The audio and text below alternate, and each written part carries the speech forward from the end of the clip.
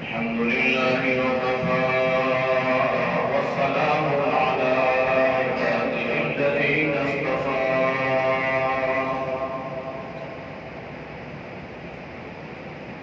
أما بعد فأعوذ بالله من الشيطان الرجيم بسم الله الرحمن الرحيم وإذ صرفنا إليك نفرا من الجن يستمعون القرآن فلما حضروه قالوا أنصتوا فلما قضي ولوا إلى قومهم منذرين قال النبي صلى الله عليه وسلم إن الله يرفع بهذا الكتاب أقواما ويذر به آخرين اللهم صل على محمد وعلى آل محمد كما صليت على إبراهيم وعلى آل إبراهيم إنك حميد مجيد جس دور پہ نازاتی یہ دنیا وہ زمانہ اب ہم بھول گئے جس دور پہ نازاتی یہ دنیا وہ زمانہ اب ہم بھول گئے قوموں کو جگانا یاد آنا خود ہوش میں آنا بھول گئے وہ دیکھ لیا آئینے میں برتاؤ نہ دیکھا سینے میں جی ایسا لگایا جینے میں مرنے کو مسلمان بھول گئے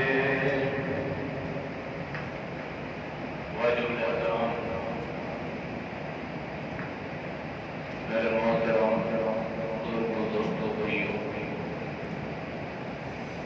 بیان برادر کبیر مولانا اشرف علی صاحب نے قرآن کے حوالے سے جو باتیں مقصود ہوتی ہیں وہ آپ کے سامنے کر دیں ہمارا جو پروگرام کی ترتیب تھی وہ آخری رات کی 11 بجے مقرر تھی اور میں محسوس کر رہا ہوں کہ نیند کا غلبہ ہے سامعین زبردستی آنکھیں کھولنے کی کوشش فرما رہے ہیں تو جب زبردستی سنیں گے تو سوائے اس کے کہ سنانے والا اپنا بات یا اپنا گلا یا وہ محنت جو ہے وہ ساری سوائے ضائع ہونے کے کوئی حاصل مقصود نہیں ہے اس لیے چند باتیں کروں گا آپ نے انشاءاللہ کیا کہتے ہیں کریں گے دعا کریں جی جی آپ فرض کفایہ نام ہے سب کی آواز آئے گی اچھا ویسے بات یہ ہے کہ ہم تو روزانہ انشاءاللہ کرتے بھی ہیں اور آپ سنتے بھی ہیں آج میرا خیال میں ان سے بات ہو جائے جو روزانہ نہیں سنتے وہ تو دعا کے بغیر تو انشاءاللہ نہیں جائیں گے نہ مٹھائی کے بغیر جائیں گے نہ دعا کے بغیر جائیں گے زیادہ میرا جی یہ جانتا ہے کہ پورے مہینہ جو انہوں نے نہیں سنانا تو آج انہیں سنا ٹھیک ہے اور پورے قرآن کا خلاصہ انشاءاللہ آپ کے سامنے بیان کریں پورے قرآن کا خلاصہ شیخ التفسیر حضرت مولانا احمد علی لاہوری رحمۃ اللہ علیہ نے پورے قرآن کے خلاصے کو صرف 3 باتوں میں بیان فرمایا ہے کتنی صورتیں 114 30 پارے 114 صورتیں 6666 آیات اور خلاصہ کتنی باتیں بولتے نہیں ہیں؟ 3 باتیں. کتنی؟ 3 باتیں. پورے قرآن کا خلاصہ کتنی باتوں میں؟ 3. آپ نے فرمایا پہلی چیز پورے قرآن کا خلاصہ اللہ کو راضی کرنے کے لیے اس کی عبادت کی جائے. اللہ کو راضی کرنے کے لیے اس کی عبادت کی جائے. عبادت میں توحید، شرک نفی، احکامات، محکمات، متشابہات، توحید، قرآن پہ لگائے گئے اعتراضات کا جواب، یہ ساری چیزیں جس میں آ گئی عبادت میں. تو ہم عبادت کریں گے، راضی کون ہوگا؟ اللہ. کون راضی ہوگا؟ اللہ راضی ہوگا. تو پورے قرآن کا خلاصہ کیا ہوا کہ اللہ کی بندگی، اللہ کی عبادت کے لیے اللہ کو کیا کیا جائے؟ راضی کیا. نمبر 1. نمبر 2، دوسری بات فرمایا کہ جناب نبی کریم صلی اللہ علیہ وسلم کا ہمارے اوپر حق ہے، وہ ہمارے محسن ہیں، خالی محسن نہیں، محسن عظیم ہے. جتنی قربانی اللہ کے نبی نے میرے لیے، آپ کے لیے، اس امت کے لیے دی، آج کوئی مائی کا لال اپنی اولاد کے لیے بھی نہیں دے سکتا، اپنے ماں باپ کے لیے بھی نہیں دے سکتا، اپنی بیوی کے لیے، اپنے شوہر کے لیے، اپنے لاڈلے بیٹلے کے لیے بھی کوئی قربانی نہیں دے سکتا جتنی اللہ کے نبی نے میرے لیے، آپ کے لیے، اس امت کے لیے دی. لہذا ان قربانیوں کا سرا کیا ہے، ان قربانیوں کا نچوڑ کیا ہے کہ نبی کریم صلی اللہ علیہ وسلم کو ان کی اطاعت کے ذریعے راضی. رسول اللہ کی کیا کریں گے؟ اطاعت. رسول اللہ کی اطاعت کیا ہے؟ رسول اللہ کی اطاعت الف لام میم سے لے کر بناس، یہ ناس کی جو سین ہے، یہ ساری کی ساری رسول اللہ صلی اللہ علیہ وسلم کی کیا ہے؟ اطاعت. کیا ہے رسول اللہ کی؟ آپ نے علماء سے سنا ہوگا قرآن اجمال ہے، قرآن اجمال ہے، نبی کریم صلی اللہ علیہ وسلم اس کی تفصیل ہے. قرآن متن ہے، رسول اللہ اس کی شرح ہے. رسول اللہ اس کی قرآن میں آیا واقعی الصلاۃ، نماز قائم کرو. اب آنا پڑے گا رسول اللہ کی خدمت میں. اللہ کے نبی کیسے نماز پڑھیں؟ اللہ کے نبی اپنے صحابہ کے سامنے کھڑے ہو کے نماز کا طریقہ بتلا رہے ہیں، میرے صحابہ ایسے نماز پڑھو تو اللہ راضی ہوگا. تو دوسری بات کیا ہو گئی کہ رسول اللہ کو ان کی اطاعت کے ذریعے سے کیا کیا جائے؟ رسول اللہ کو قرآن سے بڑی بات پڑی. قسم سے آپ تصور نہیں کر سکتے جتنے رسول اللہ نے قرآن سے پڑھا. آپ نے آخری بات جب آپ دنیا سے جا رہے تھے، ہر آدمی کو جانے سے پہلے اپنی اولاد کی فکر ہے.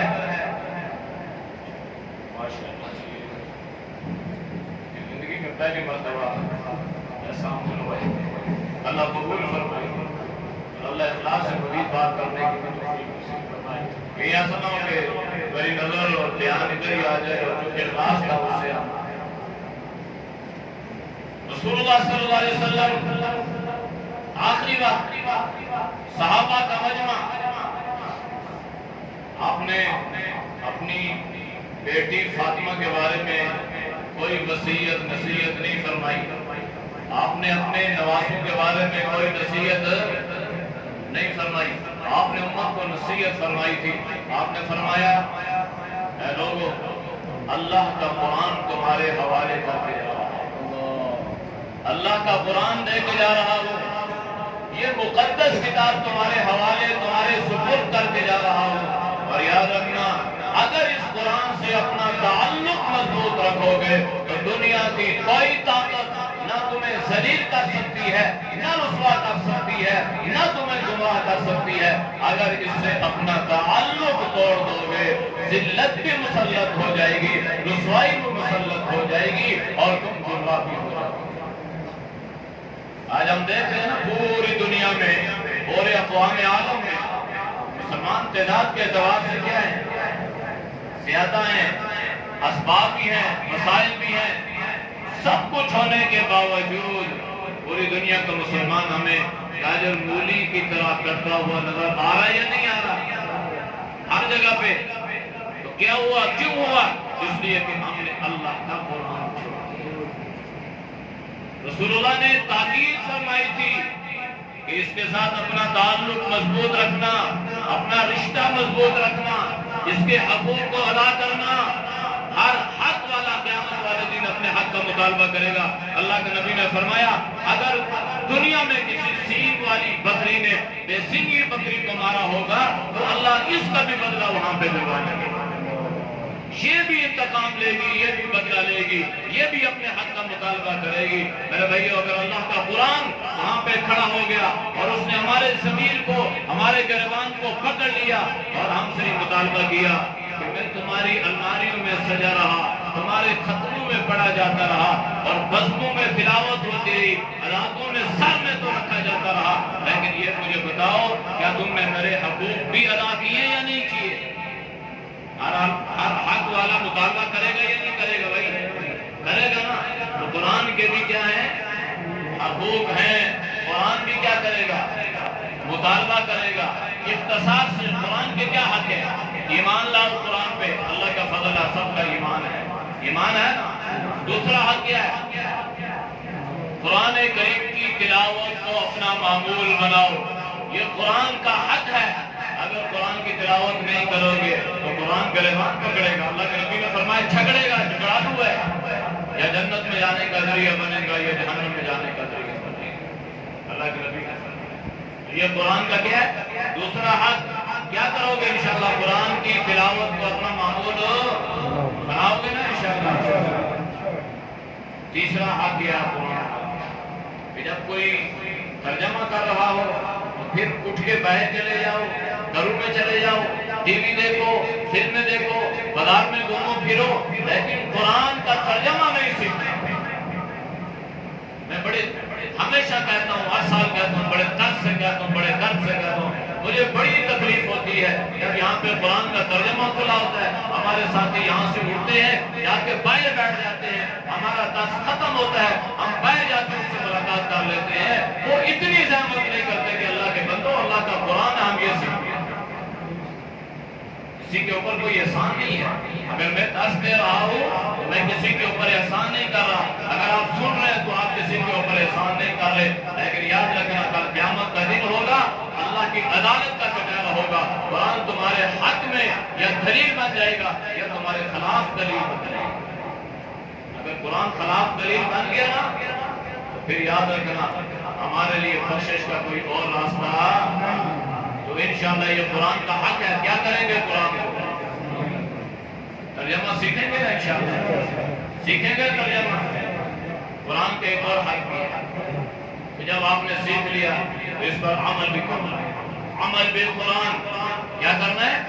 قرآن پر عمل بھی کرنا ہے۔ یہ نہیں ہے کہ بس ٹھیک ہے قرآن کو ہم نے مسجد تک محدود کر دیا، دین کو ہم نے مولویوں تک، علماء تک محدود کر دیا، خود جو چاہو کرو، قرآن کی تلاوت بھی کرو، سود بھی کھاؤ، قرآن کی تلاوت بھی کرو اور حرام زادیاں بھی کرو، قرآن کی تلاوت بھی کرو، گناہ بھی کرو، ایسا نہیں ہے۔ جب ہم نے قرآن کریم کی تلاوت کی تو انشاءاللہ اس برکت سے اللہ ہمیں گناہوں سے بھی کیا کرے گا؟ بچائے گا انشاءاللہ۔ تو قرآن پہ کیا کریں گے؟ عمل کریں گے انشاءاللہ۔ اور آخری قرآن کا حق ہے کہ جو ہم نے پڑھا، جو ہم نے سنا، اس کو لوگوں تک پہنچانے کی کوشش کریں گے انشاءاللہ۔ کیا قرآن کے یہ 5 حقوق میں نے بیان کر دیا، تو یہ آخری حق ہے کہ جو کچھ آپ نے سنا اس کو کیا کریں۔ اور یہ 5 حقوق نا ہم سے تو جنات نمبر لیں گے بھائی، جنات جو سرکش مخلوق ہے اللہ کی، وہ نمبر لے گے۔ ان کا آسمانوں پہ داخلہ پہلے آتے جاتے تھے، اللہ کے نبی پر جب وحی کا نزول ہوا، اقرأ باسم ربک الذی خلق، ان کا داخلہ بند ہوا۔ جنات بڑے حیران ہوئے، ہم جاتے ہیں آسمانوں پر، ہمیں وہاں سے مار کے بھگا دیا جاتا ہے، ہمیں جانے نہیں دیا جا رہا، داخلہ منع ہو گیا ہمارا۔ تو جنات بیٹھے مشورہ کیا بھائی اس روئے زمین پر، اس کائنات پر کوئی ایسا عجیب حادثہ ہوا ہے، بہت بڑا واقعہ رونما ہوا ہے جس کی وجہ سے ہمیں آسمانوں پر داخلے کی اجازت نہیں ہے۔ بیٹھے جناب نے کہا بھائی ٹھیک ہے، پورے دنیا پہ جاؤ، گھومو پھرو، مشرق میں، مغرب میں، جنوب میں، شمال میں، عرب میں، عجم میں، ہر جگہ پہ جاؤ اور جا کے دیکھو کہ کیا واقعہ رونما ہوا۔ جناب کے پوری کائنات میں اس کی ٹولیاں ان کی پھیل گئی، ان کی تشکیلیں ہو گئی، کوئی ادھر جا رہا ہے، کوئی ادھر جا رہا ہے، دنیا کو دیکھنے کے لیے کیا واقعہ رونما ہوا۔ جناب کی ایک ٹولی مکہ میں آتی ہے، اس نے گزرتے گزرتے نبی کریم صلی اللہ علیہ وسلم سے قرآن کریم کی تلاوت سنی۔ اللہ کا نبی قرآن کی تلاوت فرما رہے ہیں، جناب رک گئے، اسلام ہمارا مدعا پورا ہو گیا۔ کیا ہوا؟ یہ جو ہمیں آسمانوں سے روکا گیا نا، یہ واقعہ رونما ہوا ہے کہ یہ جو کلام اترا ہے نا، یہ کلام، یہ ایسا کلام ہے کہ جیسا آج تک ہم نے کبھی سنا، کبھی نہیں سنا۔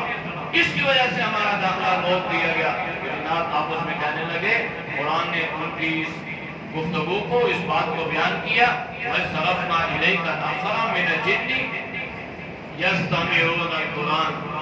جنات قرآن سن رہے تھے، اللہ کے نبی قرآن کی تلاوت فرما رہے تھے، تو جنات نے کیا کہا؟ فَلَمَّا حَضَرُوا قَالُوا أَنصِتُوا۔ جنات نے کہا کہ بھائی ہم موجود ہو گئے، اب رک جاؤ، سٹاپ کرو، خاموش ہو جاؤ، قرآن سنو۔ قرآن، یہ قرآن کا ادب ہے، جب کوئی قرآن پڑھ رہا ہو تو اس کو کیا کرنا چاہیے؟ اللہ کے نبی قرآن کی تلاوت نماز میں فرما رہے تھے، جنات نے آپس میں کیا کہا؟ انصتو، کیا کرو؟ خاموش ہو جاؤ، سنو، ادب سے سنو، پیار سے سنو۔ یہاں تو انہوں نے سنا، پھر کیا ہوا؟ فَلَمَّا قُضِيَ وَلَّوْا إِلَىٰ قَوْمِهِمْ مُنذِرِينَ۔ جب اپنے قوم کے پاس گئے نا، جا کے چپ ہو کے بیٹھ نہیں گئے، خاموش ہو کے بیٹھ نہیں گئے سر پہ اور ہاتھ پہ ہاتھ رکھ کے بیٹھ نہیں گئے، بلکہ انہوں نے اپنی قوم کو ڈرایا کہ بھائی اللہ کا قرآن اتر گیا، اللہ کا کلام اتر گیا۔ وَأُوحِيَ إِلَيَّ أَنَّهُ اسْتَمَعَ نَفَرٌ مِنَ الْجِنِّ فَقَالُوا إِنَّا سَمِعْنَا قُرْآنًا عَجَبًا يَهْدِي إِلَى الرُّشْدِ فَآمَنَّا بِهِ۔ یہ جو اس قرآن کے ساتھ جڑ جاتا ہے نا، اللہ اس کو ہدایت عطا فرماتا ہے۔ یہ کون کہہ رہا ہے؟ جنات کہہ رہے ہیں، قوم کو ڈرا بھی رہے ہیں، فکر بھی کر رہے ہیں، اور کیا کر رہے ہیں کہ جو یہدی الی الرشد، جو اس کے ساتھ جڑ جائے گا وہ کیا پائے گا؟ ہدایت پائے گا۔ جو اس سے کٹ جائے گا تو وہ ہدایت سے کیا ہو جائے گا؟ محروم ہو جائے گا۔ لہذا جنات نے اعلان کر دیا، فَآمَنَّا بِهِ، ہم اس پر ایمان بھی لاتے ہیں، وَلَن نُشْرِكَ بِرَبِّنَا أَحَدًا، اور ہم اپنے رب کے ساتھ کسی کو شریک بھی۔ بڑا عجیب کلام ہے۔ اللہ کے نبی نے فرمایا کہ مخلوق کے پیدا کرنے سے کیا، زمین اور آسمان کے پیدا کرنے سے کئی ہزار سال پہلے جب اللہ نے قرآن کی سورہ رحمان کی تلاوت فرمائی نا، تو ملائکہ اعلیٰ مقربین یہ جھوم اٹھے، اور اللہ کے نبی نے فرمایا کہ یہ اس وقت یہ کہنے لگے، اللہ مبارک باد ہے ان لوگوں کے لیے، مبارک ہے ان زبانوں کے لیے جو اللہ تیرے اس قرآن کی تلاوت فرمائے۔ فرشتے مبارکباد دے رہے ہیں کہ وہ سینے مبارکباد کے مستحق ہیں، مبارک ہے ان سینوں کو جو سینوں میں محفوظ کریں گے، مبارکباد ہے ان زبانوں کو جو زبانوں سے تلاوت کریں گے، مبارک ہے ان مفسرین کو جو قرآن کی تفسیر کریں گے۔ تو اس وقت بھی ملائکہ نے اللہ کے سامنے اس بات کو پیش کیا تھا کہ کیا ہو، مبارکباد ہے، آپ کے لیے بھی مبارکباد ہے۔ جنات نے ہمیں یہ پیغام دیا کہ ہم قرآن کے ساتھ جڑیں گے تو انشاءاللہ ہدایت پائیں گے، قرآن سے کٹیں گے تو ہدایت سے کیا ہو جائیں گے؟ وقت بہت ہے۔ حضرت حسن بصری رحمت اللہ علیہ کا آپ نے نام سنا ہوگا، بڑے اللہ والے تھے۔ تو حضرت حسن بصری رحمت اللہ علیہ، آپ سوئے ہیں تو آپ کو خواب میں ایک منظر اللہ نے دکھایا کہ کوئی فقیر آدمی، کوئی میخانے والا آدمی، کوئی شرابی آدمی راستے سے گزرتے گزرتے اس نے ایک فرقہ اٹھایا، ایک پیج اٹھایا اور اس فرقے پہ بسم اللہ الرحمن الرحیم لکھی ہوئی۔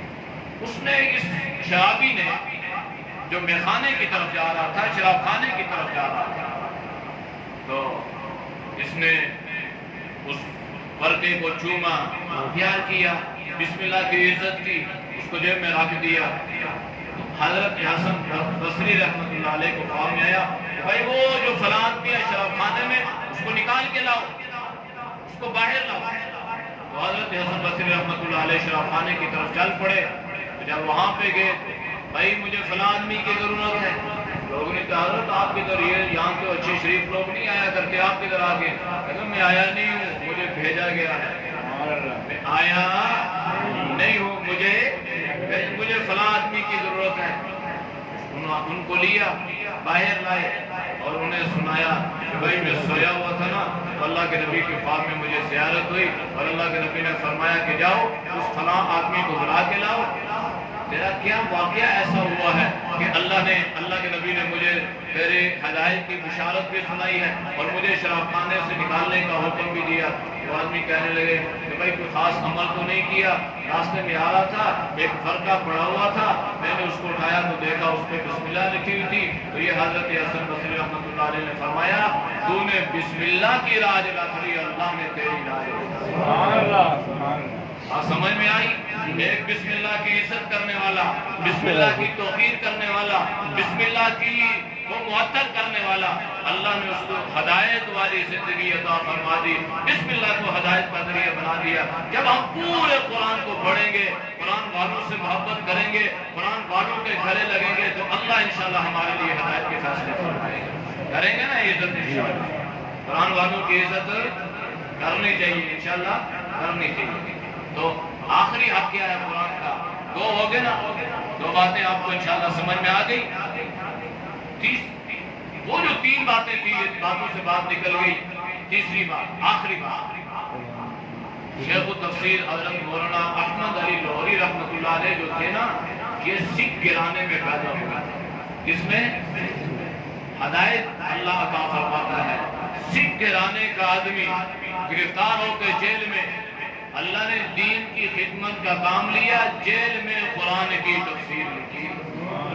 اور جب جنازہ لاہور سے حضرت شیخ التفسیر کو اٹھایا گیا، اس وقت کی اندازے کے مطابق کتابوں میں لکھا ہے کہ 3 لاکھ افراد نے جنازے میں شرکت کی، پورا لاہور امڑایا۔ تو یہ اللہ والے تو قرآن کے ساتھ جڑ گیا، اللہ نے کہاں سے کہاں پہنچا دیا۔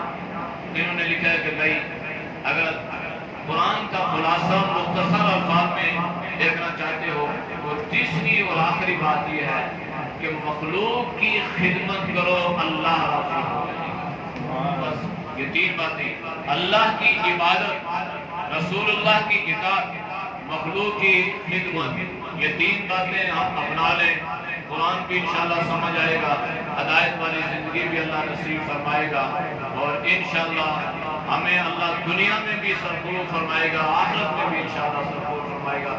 آپ انشاءاللہ نیت کرتے ہیں، ارادہ کرتے ہیں آپ؟ ایک تو خود ارادہ کریں اور دوسرا اپنی اولادوں کو دین پر لے کے، اپنی اولادوں کو دین پر قرآن پہ لے کے ایک مرتبہ اپنی اولاد کو ناظرہ قرآن کریم صحیح طور پہ پڑھانا، یہ والدین پر واجب ہے۔ کیا ہے؟ واجب، لازمی۔